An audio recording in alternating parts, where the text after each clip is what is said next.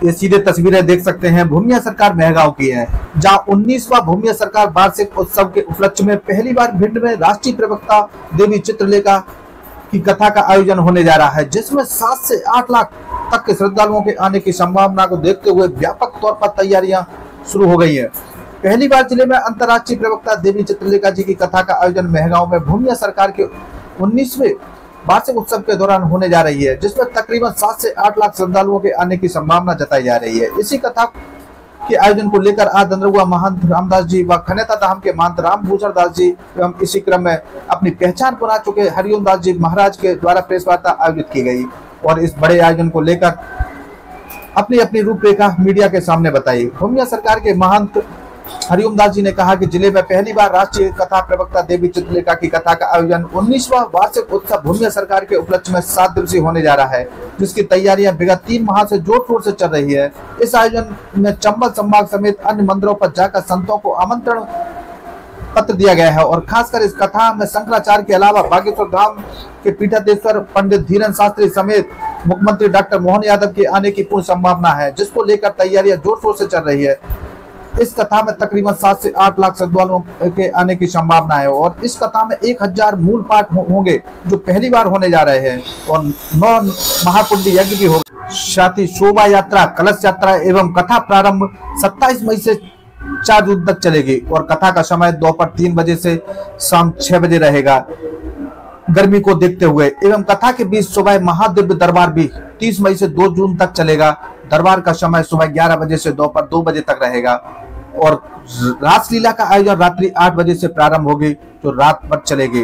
भूमिया सरकार इस आयोजन को लेकर हरिओम दास जी क्या बोले आप भी सुनिए और देखिए। खास महाराज भूमिया सरकार पे 19वां वार्षिक उत्सव होने जा रहा है, क्या है रूपरेखा इसकी?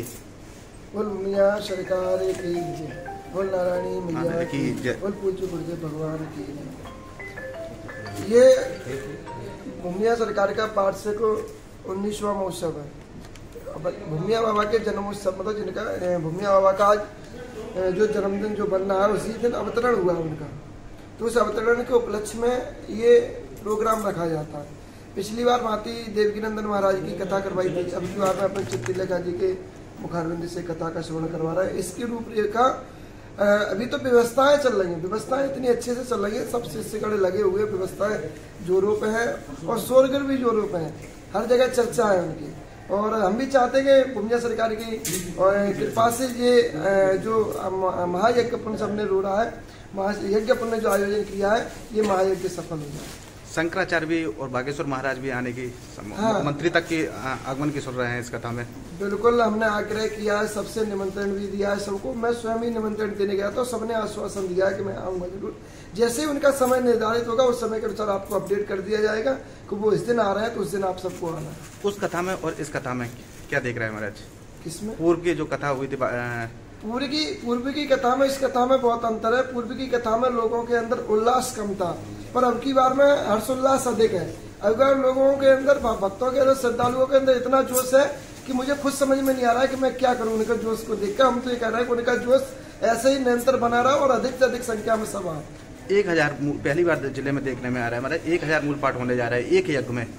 ये चंबल में पहली बार हो रहा है कि चंबल की पावन धरा पर 1000 मूल पाठ पहली बार हो रहा है। ये मूल पाठ सदगुरु भगवान के आशीर्वाद से, भूमिया बाबा के आशीर्वाद से संभव हो रहा है।